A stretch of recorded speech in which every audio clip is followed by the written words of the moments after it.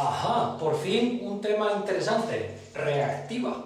¿Qué es la reactiva? La energía reactiva, ¿qué es todo eso de energía reactiva? Bueno, primero tenemos que hablar de en corriente. La energía reactiva siempre se produce en corriente alterna, corriente pulsatoria. En corriente continua no hay reactiva. Bien, la reactiva, ¿qué es? Vamos por el principio. Esto es una onda senoidal. En negro tenéis el voltaje. Y en rojo la corriente, los amperios. Bien. Si lo aplicamos a una carga resistiva pura, o sea, por ejemplo, a una bombilla, ¿vale? A una bombilla. Si se lo aplicáis a una bombilla, que es una carga resistiva, el voltaje y la corriente, os he puesto aquí unos puntitos. Veis que los picos coinciden, porque la potencia que se entrega es voltios por amperios. La potencia que nosotros consumimos en una carga es el resultado de multiplicar voltios por amperios. Pero si no estuvieran en fase, si no se aplican a la vez, la potencia que estás aplicando no es esa, sería distinta. Poco a poco lo vais a ver. Bien, en esto, que la carga es resistiva, nosotros aplicamos un voltaje y según el voltaje, la ley de Ohm nos dice la corriente que va a entrar a esa carga. Como es una onda senoidal y el voltaje está todo el rato cambiando, a Ohm le da igual. Ohm es inmutable. ¿Estás dando 0 voltios? Pues no dejo pasar ni un amperio. ¿Estás dando 10 voltios? Pues si hay tantos ohmios, va a pasar tanta corriente. Y él lo lleva eso cuadriculado. O sea, ahí no se escapa nada. Entonces, según el voltaje que tú le das, aplicando la ley de Ohm, si estuvieses aplicando un voltio aquí en este punto, por ejemplo, estás aplicando un voltio y el circuito tiene un ohmio, Ohm te dice que va a pasar un amperio. No va a pasar más. Pues pasaría, ahí sería ese amperio. Si estás poniendo 2 voltios, pues pasarán, siendo la misma resistencia, pues pasará el doble de amperios. Y así sucesivamente, veis que va en fase. Si entran tantos voltios, tienen que entrar por esa resistencia tantos ohmios y Santas Pascuas. Perfecto. Eso sería que está todo en fase, está todo bien. No se desfasan la corriente del voltaje. Pero ahora vais a ver este otro ejemplo de aquí, en el que en negro sigue siendo igual el voltaje y en rojo tenemos la corriente. Eso es cuando se aplica una corriente alterna a una carga inductiva o capacitiva. En capacitiva sería al revés, la corriente iría antes que el voltaje. Pero bien, vamos a hablar de inductiva, reactancia inductiva. Si sobre una bobina que tenga núcleo o que no tenga núcleo, o cosas que sean reactivas, que normalmente siempre son lo que son las bobinas, ¿vale? Si tú a una bobina que no es más que hilo de cobre aislado, enrollado, le haces pasar una corriente para que se convierta en un electroimán, si tú esto lo conectas a una pila, se convierte en un electroimán, vamos a decir norte por aquí y sur por aquí, ¿vale? Un electroimán. Pero si lo que le estás aplicando es una corriente alterna que varía, ocurre una cosa, y es que las bobinas tienen lo que se llama constantes de tiempo. La bobina va a retrasar la corriente, o sea, va a entrar primero el voltaje y 90 grados retrasado la corriente, no van a entrar a la vez. Entonces, porque las bobinas les cuestan los cambios de corriente. Ella al principio está a 0 voltios y porque tú rápidamente le des 100 voltios, ella no quiere dejar pasar toda esa corriente. Si tú le mantienes el voltaje, entonces sí, ellas reaccionan haciendo una curva típica en la que empieza a entrarle poca corriente al principio, hasta que alcanza el máximo que permite la ley de Ohm. Esto ya sería, cuando se alcanza el valor máximo, es según la resistencia óhmica de la bobina, ya no puede pasar más corriente con ese voltaje que le estás aplicando. Pero es que al ser corriente alterna, estás cambiando todo el rato el valor del voltaje. Entonces se juntan dos cosas. Por un lado, que la bobina no quiere que cambie la corriente. Y por otro, que tú le estás variando el voltaje y ohm te dice, si ahí hay esos ohmios, tiene que entrar tanta corriente. ¿Qué pasa? Que la bobina no trabaja como la bombilla. No te deja entrar esa corriente y produce un desfase. Hace que la corriente se retrase respecto al voltaje. El voltaje entra directo a la bobina, pero la corriente demora un tiempo. Y entonces pasa esto, cosas tan raras como esta, que cuando el voltaje es máximo, prácticamente no entra corriente en la bobina. Y cuando la corriente es máxima, resulta que estamos aplicando 0 voltios. Entonces, ¿cuánta potencia estoy gastando? Si fuese una bobina ideal que desfasase la corriente en 90 grados, ¿cuánta potencia estoy gastando? Estoy gastando un montón de amperios a 0 voltios. Cualquier cantidad multiplicada por 0 es 0, no estoy gastando nada. Y cuando le estoy dando mucho voltaje, no hay corriente. Entonces, cualquier cantidad multiplicada por 0 es 0, tampoco estoy gastando nada. Eso es lo que ocurre y eso es la energía reactiva. ¿Qué pasa? Que cuando alimentamos cosas que son como un motor que puede generar energía reactiva, tenemos la energía de la red, que vamos a decir que vendría así, pero el motor devuelve reactiva a la red y en momentos que en la red no hay voltaje, la carga está entregándonos corriente, ¿vale? Y esa corriente hay que transportarla, viaja por el cable, produce calor, ¿vale? Es un problema. Eso es el tema de la reactiva. Y eso es una cosa muy rara, que nadie se explica muy bien por qué ocurre esto. Bueno, ocurre por lo que os he dicho. Ocurre porque las bobinas desfasan la corriente y, dependiendo de su inductancia y dependiendo, según su inductancia, pueden desfasar más o menos la corriente. Si tenemos una bobina que tiene muchísimas espiras, va a desfasar mucho más la corriente y se va a acentuar esto más, ¿vale?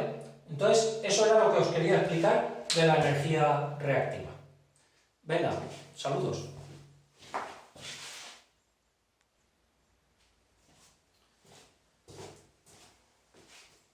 Entonces, como la constante de tiempo es igual a la inductancia partido la resistencia, según la bobina, la inductancia que tenga, ¿vale? Cuanta más resistencia tenemos, el número que nos sale, si la bobina es más resistiva, el número que nos sale aquí es más pequeño, ¿vale? ¿Qué pasa? Eso significa que se desfasa menos. Pero claro, porque disipamos la potencia en la resistencia óhmica de la bobina. Si lo que hacemos es disminuir la resistencia y aumentar mucho la inductancia, el número que nos sale aquí es más grande. Va a tardar más tiempo en entrar la energía a la bobina, pero no hemos perdido energía, no se pierde, ¿vale? Eso es, tengo otro episodio que lo podéis ver, que trata de las constantes de tiempo en bobinas. Para este tema, con esto es suficiente. Aquí ya habéis visto lo importante, y es que se desfasa la corriente de tal. Y decimos, bueno, pero ¿cómo es que la corriente es máxima cuando el voltaje es mínimo? Bien. Si cogéis y medís las bobinas, por ejemplo, de microondas, el primario, que es de 230 voltios, vais a ver que tiene unos 2 ohmios. Bien, se supone que es de 230 ohmios de corriente alterna.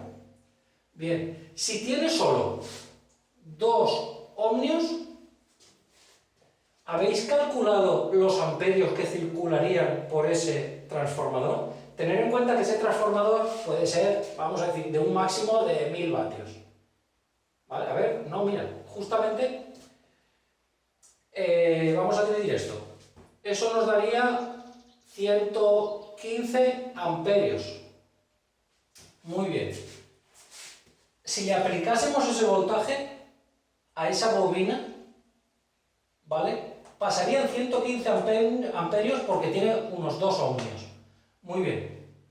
Pero si estos transformadores son de 600, de 800 vatios, de 1000 vatios, ¿cómo van a pasar esa corriente? Si despejamos los vatios y decimos que fuese de 1000 vatios dividido 230 voltios, que no son efectivos.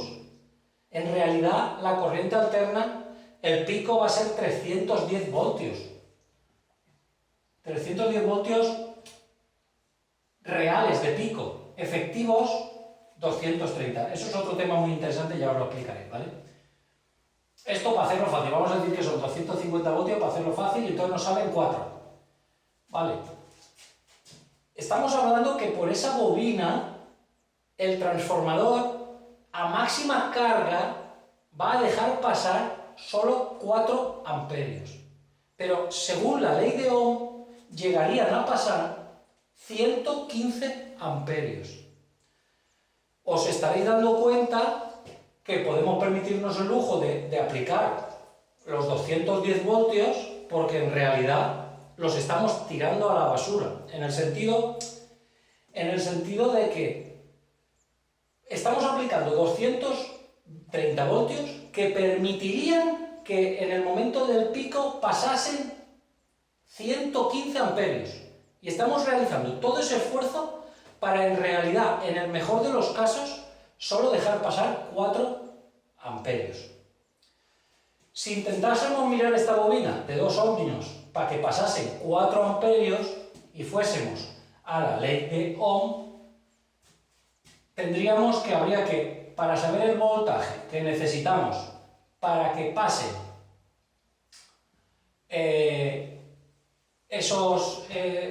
estos amperios, sabiendo que la resistencia despejamos, ¿vale? Queremos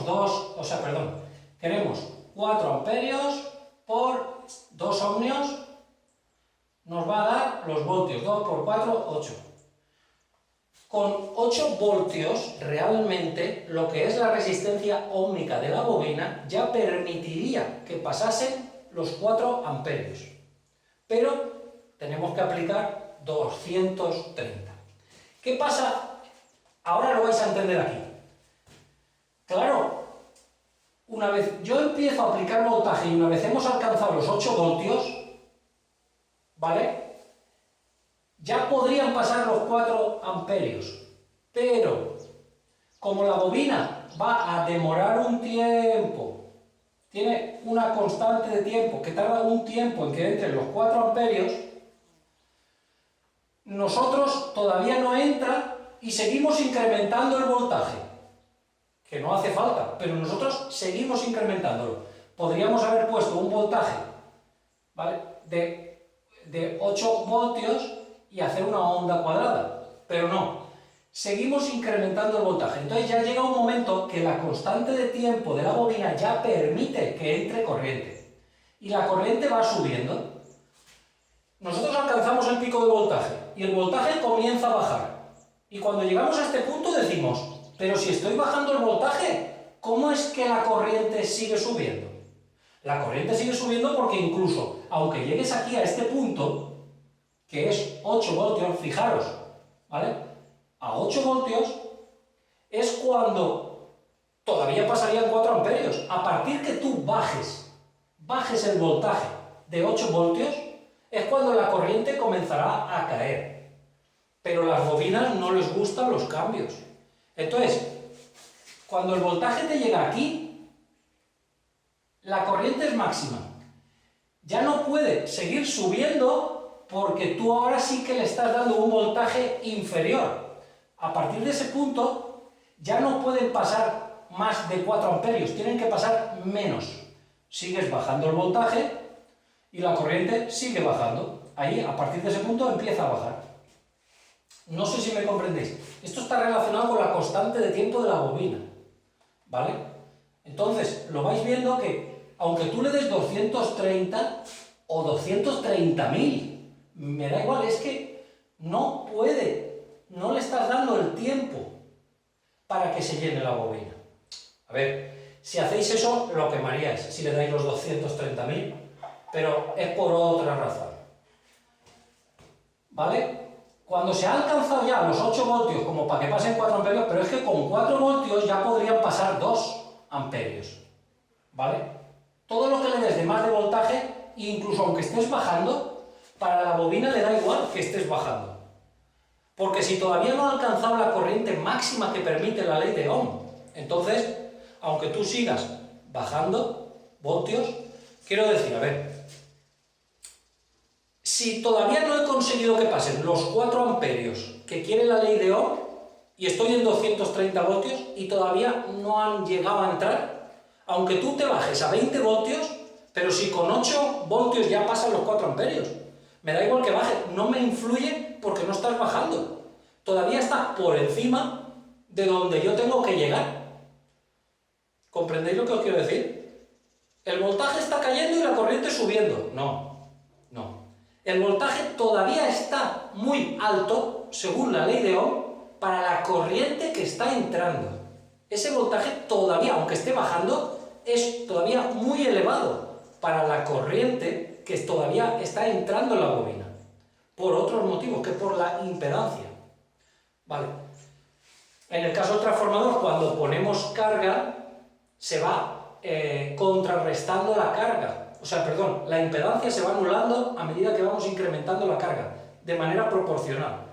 Así que, ahora ya creo que, no sé si me habré explicado bien, o como dice un amigo mío, es que me explico como un libro cerrado. Os mando un fuerte abrazo, espero que os haya servido y a ver si así lo habéis entendido mejor.